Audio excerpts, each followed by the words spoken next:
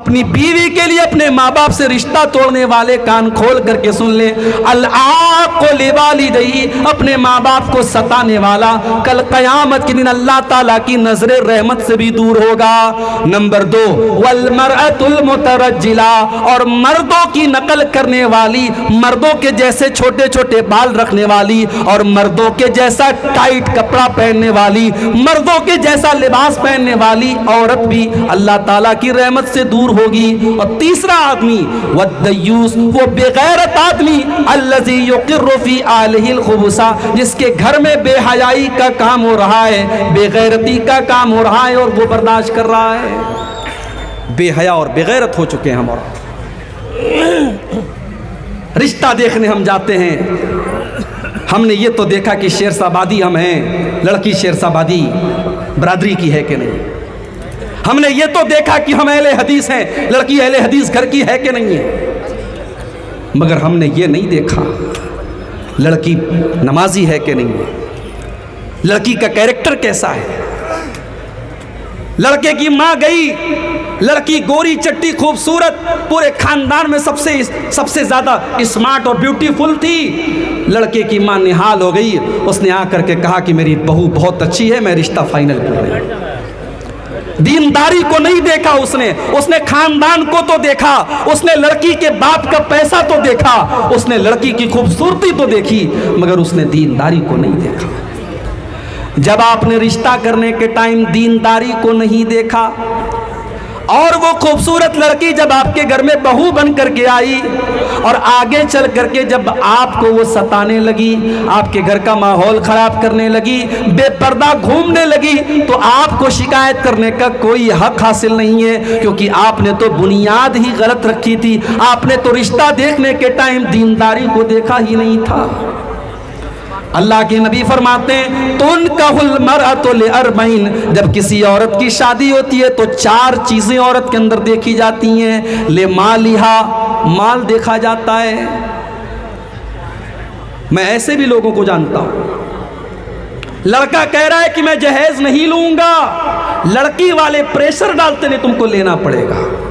میں نے ایسے بھی مثالیں دیکھی ہیں سماج میں، لڑکا خوددار ہے، لڑکا عزت والا ہے، لڑکے نے طے کیا ہے۔ ابھی کل میرے پاس ایک فون آیا، دلی کے قریب ایک جگہ پڑتی ہاپڑ کا ایک نوجوان لڑکا، اچھی نوکری ہے اس کے پاس، خوبصورت ہے، نوجوان ہے، اس نے کہا شیخ صاحب میرے گھر والے نہیں مان رہے، میں تو کہہ رہا ہوں کہ میں بغیر جہیز کے شادی کروں گا، بغیر بارات کے کروں گا، لیکن میری ماں کہہ رہی ہے، میرا باپ کہہ رہا ہے جب ہم نے جہیز دیا ہے تو ہم لیں گے کیوں نہیں، جب ہم نے اپنی بیٹی کو جہیز دیا ہے تو ہم لیں گے کیوں نہیں۔ وہ نوجوان بڑے دکھ کے ساتھ کہتا ہے مولوی صاحب میں نے اپنے باپ کو بہت سمجھایا، میں نے اپنے ماں باپ کو سمجھایا کہ ہمارا جہیز دینا ہماری مجبوری ہو سکتی ہے لیکن لینا ہماری مجبوری نہیں ہے، اگر میں یہ کہہ رہا ہوں کہ میں جہیز نہیں لوں گا تو آپ کو راضی ہونا چاہیے، لیکن میرے ماں باپ راضی نہیں ہو رہے۔ معاف کرنا میرے بھائیوں، سماج اگر آج بگڑا ہے، سماج اگر آج تباہ ہوا ہے تو صرف یہ نئی نسل سے تباہ نہیں ہوا ہے، اس میں بہت حد تک ہمارے بزرگ حضرات بھی ذمہ دار ہیں، اس میں لڑکوں کی مائیں بھی ذمہ دار ہیں، اس میں لڑکوں کے باپ بھی ذمہ دار ہیں، اس میں گارجین بھی ذمہ دار ہیں۔ صرف لڑکے ہی لالچی نہیں ہوتے، لڑکوں کے ماں باپ بھی لالچی ہوتے ہیں، اور جہیز کی لالچ میں آپ کے علاقے میں یہاں تک مجھے لوگوں نے بتایا کہ شیخ صاحب جہیز کا لالچ اس قدر پیدا ہو چکا ہے کہ شادی ہوتی ہے، لڑکے نے پیسہ بھی لے لیا، 2 ویلر بھی لے لیا، پھر کہیں اور سے رشتہ آنے لگا، کوئی بیچ کا دلال اور آ گیا کہ فلاں کی لڑکی ہے، بڑا پیسے والی پارٹی ہے، بڑا مال ملے گا، اس کو طلاق دے کر کے اس سے شادی کر لیتا ہے تاکہ وہاں سے الگ پیسہ اینٹھے۔ میرے بھائیوں، ہم نے شادی بیاہ کو بھی ہم نے سودے بازی بنا دیا، ہم نے لڑکے اور لڑکیوں کو ایک طریقے سے شادی کے موقع پر ہم نے ان کا دھندا کرنا شروع کر دیا۔ ارے ہم سے اچھے تو وہ لوگ ہیں جو اپنی بیٹیوں کو جا کر کے بیچ دیتے ہیں بازار میں اور اس کی قیمت کھا جاتے ہیں۔ اگر ہم نے جہیز کے اس چلن کو نہیں روکا، اس کا مطلب یہ ہوا کہ ہم اپنے بیٹے اور بیٹیوں کی تجارت کر رہے ہیں۔ یہ جہیز یاد رکھیے، یہ تقریر کرنے سے ختم نہیں ہوگا، تقریر کرنے سے ختم نہیں ہوگا یہ جہیز، یہ اجتماعی جرم ہے، یہ پورا سماج اس میں ملوث ہے۔ جب تک پورا سماج جاگروک نہیں ہوگا، ہم اور آپ جاگروک نہیں ہوں گے، تب تک یہ لعنت سماج سے نہیں ختم ہو سکتی ہے۔ آپ کے بھارت کے اندر روزانہ 19 لڑکیوں کا مرڈر ہوتا ہے جہیز کی وجہ سے۔ سال بھر کا ریشیو نکالنے کے بعد یہ گورنمنٹ آف انڈیا کی رپورٹ ہے کہ روزانہ 19 لڑکیاں جہیز کے لیے قتل کر دی جاتی ہیں یا آتم ہتیا کر لیتی ہیں۔ یعنی آپ سوچئے کہ تقریباً ہر گھنٹے کوئی نہ کوئی عورت اور کوئی نہ کوئی لڑکی اس جہیز کی بھیٹ چڑھ رہی ہے، پھر بھی ہماری آنکھیں نہیں کھل رہی ہے میرے بھائیوں، اور ہم اس جہیز جیسی لعنت کو اپنے سماج سے ختم نہیں کر رہے۔ میں اپنے نوجوان ساتھیوں سے کہنا چاہتا ہوں، اگر تم مرد ہو اور تمہارے اندر مردانگی ہے تو اپنی مردانگی کو آواز دو اور اپنی ماں سے جا کر کے صاف کہہ دو، اے میری پیاری امی جان، مجھے اپنے سسرال سے ملنے والی چارپائی نہیں چاہیے، میں چٹائی پر لیٹ لوں گا، جب میرے پاس چارپائی کا انتظام ہوگا میں چارپائی خرید لوں گا، لیکن میری مردانگی کو یہ برداشت نہیں ہے کہ میں سسرال سے ملنے والی چارپائی پر لیٹوں۔ میں چھوٹی موٹی الماری خرید کر کے اپنی بیوی کو دے دوں گا، لیکن سسرال سے الماری کے انتظار میں نہیں رہوں گا۔ میں اپنی سسرال سے ملنے والی فریز کا ٹھنڈا پانی نہیں پیوں گا، میں گھڑے کا پانی پی کر کے صبر کر لوں گا، جب میرے پاس طاقت ہوگی میں فریز خرید لوں گا، مگر میں اپنے سسر کی دی ہوئی ریفریجریٹر اور فریز کا انتظار نہیں کروں گا۔ یہ غیرت اور خودداری پیدا کرو میرے نوجوان ساتھیوں، اور اگر یہ خودداری اور غیرت مر چکی ہے تو مارکیٹ میں جاؤ اور چوڑی خرید کے 2-4 چوڑیاں تم پہنو۔ اگر جہیز کی یہ حرص اور لالچ اگر آپ کے اندر ہے تو یاد رکھو پھر آپ مرد نہیں ہیں، اس لیے کہ قرآن کیا کہتا ہے، الرجال قوامون علی النساء بما فضل اللہ بعضهم علی بعض۔ مرد عورت کے اوپر حاکم ہے، مرد کو اللہ تعالیٰ نے عورت کے اوپر حاکم بنایا، قوام بنایا، اس کا گارجین بنایا۔ کیوں بنایا؟ کیونکہ مرد خرچ کرتا ہے، مرد بیوی کا خرچ اٹھاتا ہے۔ جس مرد کو یہ انتظار ہو کہ میری بیوی 5 لاکھ روپیہ لائے گی تب میں شادی کروں گا، تو وہ مرد کہاں ہے؟ اس کو تو چوڑی پہن لینا چاہیے، کیونکہ قرآن کہہ رہا ہے کہ مرد تو وہ ہے جو اپنی بیوی کا خرچہ اٹھائے، جو اپنی بیوی کو کھلائے اور پلائے، اور اسی لیے اللہ نے مرد کو عورت کے اوپر حاکم بنایا ہے۔ اللہ نے مرد کو عورت سے زیادہ طاقتور بنایا ہے، وَبِمَا أَنفَقُوا مِنْ أَمْوَالِهِمْ، اور اللہ نے مرد کو حکم دیا ہے کہ تو اپنی بیوی کے اوپر خرچ کر، اپنی بیوی کے کپڑے کا، اس کے کھانے کا، اس کے رہنے کا تو انتظام کر۔ ہمارے یہاں شادی ہوتی ہے، لوگ سوال کرتے ہیں لڑکے سے، کیا کیا تجھے ملا جہیز میں؟ یہی پوچھتے ہیں نا، کیا کیا تجھے ملا، کتنا کیش ملا، 2 ویلر ملی کہ 4 ویلر ملی، فریج کتنے لیٹر والی ملی، الماری کیسی ملی، مسیری کیسے ملی؟ ہم لڑکوں سے سوال کرتے ہیں۔ آئیے ذرا نبی کے دور میں چلتے ہیں۔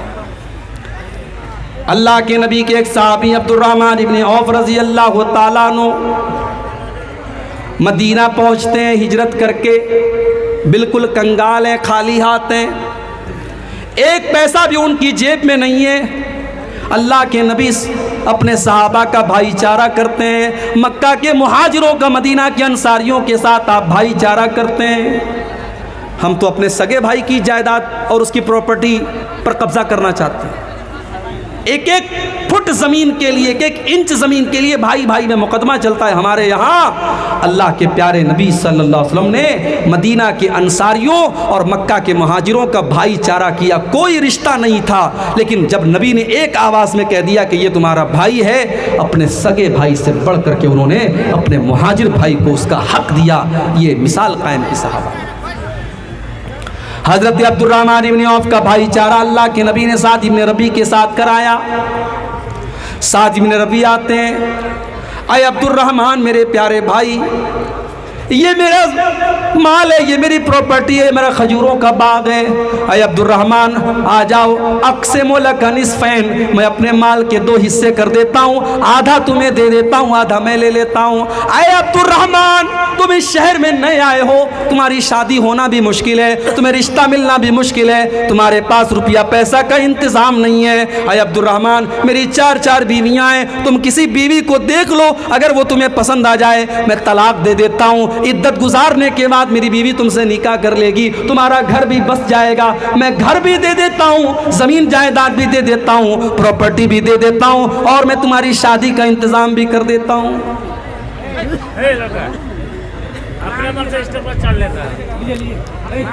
ابھی تقریب ختم ہونے والی ہے, ابھی کیا کر رہا ہے؟ سوچئے میرے بھائی, نوکری بھی مل رہی ہے, چھوکری بھی مل رہی ہے, یہی تو دو چیزیں آج بڑی امپورٹنٹ ہوتی ہیں. گھر بھی بس رہا ہے, زمین جائیداد بھی مل رہی ہے. لیکن عبد الرحمن ابن عوف بڑے خوددار آدمی تھے. انہوں نے کہا بارک اللہ لک فی اہلک و مالک. ہم اور آپ ہوتے تو فری میں مل رہا ہے, جو فری میں ملتا ہے اس کو کون چھوڑتا ہے. عبد الرحمن ابن عوف کہتے کہ میرے بھائی اللہ تیرے مال میں برکت دے, تیرے پریوار میں برکت دے, مجھے تیری بیوی سے شادی نہیں کرنا, مجھے تیرا گھر مکان نہیں چاہیے, مجھے تیرا مال نہیں چاہیے, میں خوددار آدمی ہوں, میں بزنس مین آدمی ہوں, مجھے تم بزنس کرنے کا راستہ بتاؤ, مجھے بازار کا راستہ بتاؤ, مارکیٹ کا پتہ بتاؤ مجھے. مارکیٹ کا پتہ بتایا گیا. عبد الرحمن ابن عوف رضی اللہ تعالیٰ عنہ نے پنیر کا اور گھی کا کاروبار شروع کیا, اور کچھ ہی دنوں میں اللہ نے اتنی برکت دی کہ عبد الرحمن ابن عوف نے بہت پیسہ کمایا اور شادی بھی کر لی. ایک دن اللہ کے نبی سے ملاقات ہوئی. اللہ کے نبی صلی اللہ علیہ وسلم نے دیکھا ان کے کپڑے پر زردی لگی ہے. اس زمانے میں عورتیں خوشبو لگاتی تھی شادی کے موقع پر جو زرد رنگ کی ہوتی تھی. اللہ کے نبی سمجھ گئے کہ عبد الرحمن نے شادی کی ہے. اچھا شادی کر لی, نبی کو انوائٹ نہیں کیا. ہمارے یہاں اگر آپ شادی کر لیں اور مولوی صاحب کو, مسجد کے امام صاحب کو نہ بلائیں تو امام صاحب آپ کے خلاف جمعہ پڑھا دیں گے پورا, یہ ہم کچھ کو بلائے نہیں شادی میں. شادی کر لی, اللہ کے نبی کو پتہ بھی نہیں چلا. آپ نے پوچھا کہ شادی کیے ہو کیا؟ ہاں اللہ کے نبی میں نے شادی کیا ہے. نبی نے اگلا سوال کیا کم سکتا. غور کرو, اللہ کے نبی نے یہ نہیں پوچھا کہ اے عبد الرحمن تم کو جہیز میں کیا کیا ملا. آپ نے پوچھا کم سکتا تم نے اپنی بیوی کو مہر میں کیا دیا, مہر میں تم نے کیا دیا. کہا اے اللہ کے نبی زینت نوات من ذهب, میں نے سونے کی کھجور کی گٹھلی کے برابر میں نے سونا اپنی بیوی کو دیا ہے. اللہ کے نبی سمجھ گئے کہ عبد الرحمن نے پیسہ کمایا ہے. آپ نے فرمایا اولم ولو بشاتن, اے عبد الرحمن تم جلدی سے ولیمہ کر کے ہم کو دعوت کھلاؤ. اگر بکری کا ولیمہ کر سکتے ہو تو بکری کا ولیمہ کر لو. ہمارے یہاں ولیمہ میں بھی بڑی فضول خرچی ہوتی ہے. جو بڑے بڑے کروڑ پتی لوگ ہیں, پورے علاقے کے بڑے بڑے چودھری اور بڑے بڑے پردھان اور بڑے بڑے نیتاؤں کو بلاتے ہیں, ان کے پڑوس میں غریب آدمی ہیں, اس غریب کو وہ نہیں بلاتے ہیں, اور پورے گاؤں کے بڑے بڑے کروڑ پتیوں کو بلاتے ہیں. میرے پیارے بھائیوں, اللہ کے نبی نے اس کو سب سے برا ولیمہ کہا ہے. شر الطعام طعام الولیمہ.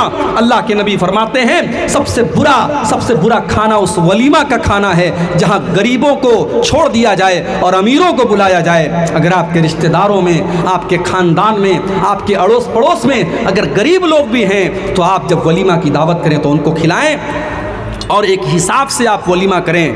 ضروری نہیں ہے کہ آپ, ابھی میں کشمیر گیا تھا پچھلے سال, کشمیر میں لوگوں نے مجھے بتایا کہ شادی کے موقع پر 17 ٹائپ کے 18 ٹائپ کے وہاں شادی کے موقع پر گوشت بنتے ہیں. 18 طریقے کے الگ الگ. آپ کے تو سیمانچل میں تو گوشت کا مطلب صرف گوشت ہوتا ہے, اس میں مرچا ڈال دیا, مسالہ ڈال دیا, تیل ڈال دیا, ڈھیر سارا جھول ڈال دیا, ہو گیا گوشت ہو گیا. ہمارے یہاں تو قیمہ نہیں ہے, کباب نہیں ہے, کوفتہ نہیں ہے, لیکن کشمیر میں 18 ٹائپ کے گوشت بنتے ہیں.